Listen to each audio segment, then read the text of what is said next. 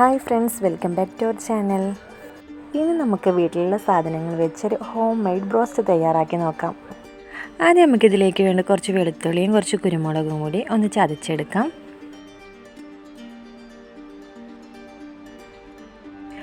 ഇനി അരച്ചെടുത്ത കുരുമുളകും വെളുത്തുള്ളിയും ഒരു പാത്രത്തിലേക്ക് ഇട്ട് കൊടുക്കാം. എന്നിട്ട് ഞാൻ ആവശ്യത്തിന് കുറച്ച് മോര് ഒഴിച്ച് കൊടുക്കുന്നുണ്ട്. മോരോ തൈരോ ഏതെങ്കിലും ആഡ് ചെയ്താൽ മതി കേട്ടോ.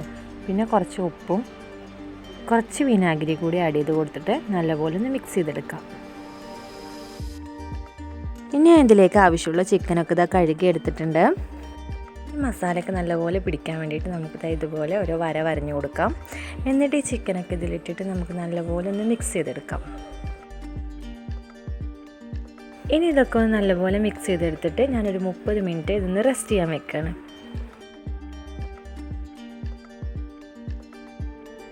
ഇപ്പം ഞാനിതൊരു 30 മിനിറ്റ് റെസ്റ്റ് ചെയ്തെടുത്ത ചിക്കനാണ്.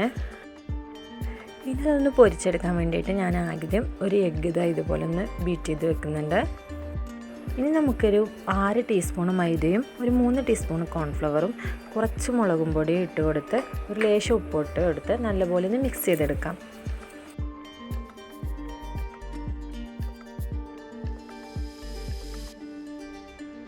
ആദ്യം ഇനി നമുക്ക് കുറച്ച് ഓയിലൊക്കെ ഒന്ന് ചൂടാക്കിയെടുക്കാം.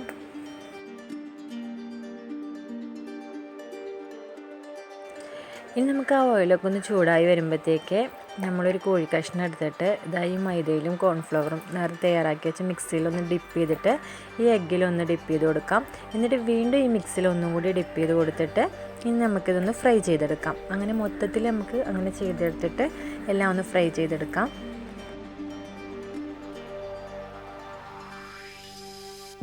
ഇപ്പോൾ നമ്മൾ ഓയിലൊക്കെ നല്ലപോലെ ചൂടായിട്ടുണ്ട്. ഇനി നമുക്കിതൊക്കെ ഒന്ന് ഫ്രൈ ചെയ്തെടുക്കാം.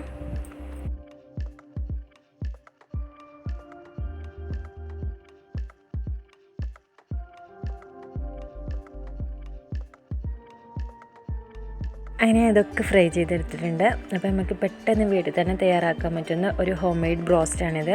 അപ്പോൾ എല്ലാവരും ട്രൈ ചെയ്ത് നോക്കണം. അടുത്തൊരു വീഡിയോ ആയി കാണുന്നതുവരേക്കും ബായ്.